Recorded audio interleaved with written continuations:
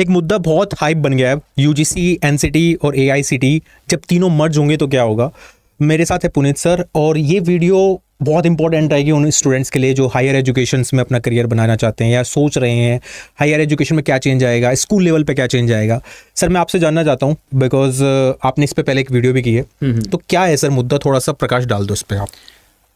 अभी तक जो सरकार का ये कहना है कि पहले तो हम ये समझ लेते हैं कि ये तीनों ऑर्गेनाइजेशन क्या हैं। तो ये तीनों ही ऑर्गेनाइजेशन हम इनके फुल फॉर्म के थ्रू अगर हम समझें कि असल में है क्या, तो यूजीसी यूनिवर्सिटी ग्रांट्स कमीशन है, जो आपका नॉन टेक्निकल एजुकेशन मतलब आर्ट्स और कॉमर्स में, जैसे आपकी जो है वो एमए हो गया, बीए हो गया, प्रोफेशनल कोर्सेज हो गए हैं ना, एमकॉम बीकॉम हो गया, जिसमें लॉ हो गया, मास कॉम हो गया, इस तरीके की जो भी डिग्री होते हैं या इनसे रिलेटेड जो कॉलेज हैं उनको ये रेगुलेट करता है। रेगुलेट करने का मतलब कि वहाँ पर क्या करिकुलम होगा, कि कब किस तरीके से जो है वो मतलब एग्जामिनेशन का क्या पैटर्न होगा, ठीक है, कि वो सेमेस्टर वाइज होगा या फिर एनुअल होगा, उसके साथ साथ रिजल्ट कब डिक्लेयर होंगे, वो सारी चीजें जो है वो ये डील करता था ये ऑर्गेनाइजेशन। इसी तरीके से हाँ, प्रोफेसर्स की नियुक्ति, वाइस चांसलर कैसे सेलेक्ट होंगे। दूसरी चीज, यूजीसी अब तक जो है वो कॉलेजेस को ग्रांट भी देता था, कुछ अनुदान अपनी तरीके से जो है वो दिया करता था।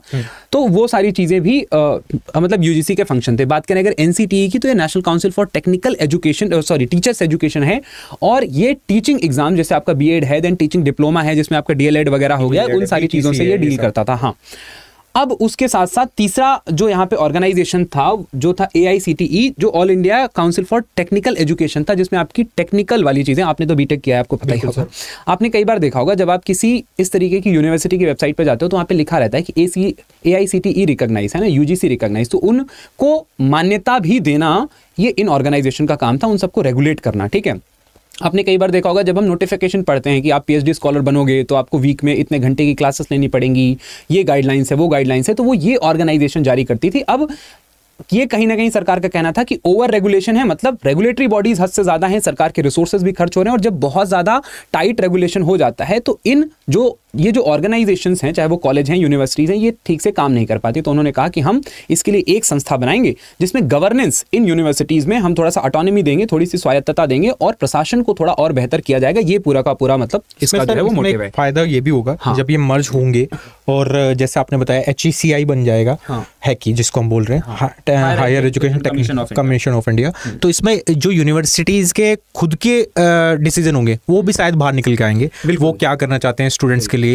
शायद अब इतना रेगुलेट हो रही हैं इन सब चीज़ों से, है ना, तो शायद इतनी सारी चीज़ें स्टूडेंट्स के पर्सपेक्टिव है वो फायदे ना हो, बेनिफिट ना हो स्टूडेंट का। तो शायद जब ये मर्ज होंगी और एक कॉमन बॉडी बन के आएगी, जैसा नॉर्मली बाकी में भी देखा होगा आपने, जब एक कॉमन चीज़ें आती है, जैसे वन नेशन वन कार्ड वाली एक स्कीम आई थी, या फिर इलेक्शंस वाली बात कर रहे हैं, तो वहाँ पे फ़ायदे वाली चीज़ निकल के आती है जो सिटीज़न के लोगों के हक में होती है। तो मेरे को ये लग रहा है कि ये सब चीज़ें निकल के आएंगी। सर मैं आपसे एक जानना चाह रहा हूँ एज ए स्टूडेंट भी, ये कब से चला सर, और इसका थोड़ा सा प्रकाश डालो आप पीछे, थोड़ा 2 कदम पीछे हटके सर, कि क्या हुआ, कब से ये एकदम हाइप। नॉर्मली तो हम देखते हैं कि बीजेपी की गवर्नमेंट की ये देन है, लेकिन उससे पहले भी 2011 में एक ऐसा जो है वो बिल लाया गया था जिसका नाम था higher education and research bill. 2014 में उसको जो है वो मतलब विड्रॉ कर लिया गया। अब उसके क्या रीजन थे वो मतलब कभी पब्लिक में नहीं आए। फिर बीजेपी की गवर्नमेंट आती है, वो इस चीज़ को लेकर काफ़ी ज़्यादा वोकल हो जाती है कि नहीं भाई ओवर रेगुलेशन है और हमें एक ही ऑर्गेनाइजेशन चाहिए, और 2018 में वो अगेन एक बिल जो है वो लाते हैं, फिर उसको जो है वो पब्लिक ओपिनियन के लिए वो रख देते हैं। फिर वो मुद्दा दब जाता है। 2020 की एनईपी में वो दोबारा से बात करते हैं कि जो शब्द है वो पहली बार 2020 में मतलब एनईपी में उन्होंने पहली बार इस वर्ड को मेंशन किया कि ऐसा हम एक ऑर्गेनाइजेशन बनाएंगे। ठीक है, अब उसके बाद से ही आपने देखा होगा कि धीरे धीरे एनईपी को लागू करना इन्होंने शुरू कर दिया, चाहे वो पीएम श्री स्कूल बनाना हो, चाहे फिर जो है वो ABC academic bank of credit वाला सिस्टम हो, then multiple entry exit scheme हो, सब्जेक्ट कॉम्बिनेशन वाली, वो जितनी भी पॉलिसीज वहां पर थी सब इन्होंने धीरे धीरे लागू करना शुरू कर दिया। अब फाइनली 2-3 दिन पहले जो है वो मतलब भारत के जो एजुकेशन मिनिस्टर ऑफ स्टेट हैं उन्होंने, सुकांता मुजुमदार, उन्होंने फाइनली इस बारे में बात की है कि हम दोबारा से इस पर ड्राफ्ट बिल तैयार कर रहे हैं। बिल बनेगा, पार्लियामेंट में इस पर डिबेट डिस्कशन होगा, जो भी कमियां होंगी वो पब्लिक में आएंगी, क्या प्रोविजंस ये रखने वाले हैं, क्या क्या पावर्स देंगे, क्या सेम टू सेम यूजीसी जैसे पावर उठा के कॉपी पेस्ट कर देंगे, इन तीनों की पावर्स को मर्ज करके इसको दे देंगे, या फिर इसको कुछ और ज़्यादा मतलब एक्स्ट्रा पावर ग्रांट की जाएंगी। तो वो सारी चीज़ें ड्राफ्ट बिल में आने के बाद ही हमें पता चलेगा, लेकिन ये बहुत ही इंटरेस्टिंग होने वाला है। बिल्कुल सर, जैसे आपने ऑलरेडी बता दिया, प्रकाश डाल दिया इसके पीछे की हिस्ट्री क्या रही है, तो मेरे को भी यही लग रहा है कि जब नई चीज़ें कुछ निकल के आती हैं और जब 3-4 चीज़ों को मर्ज करके एक चीज़ बनती है ना, तो वो फ्रूटफुली आती है, तो वो स्टूडेंट्स के लिए बेनिफिशियल रहेगा।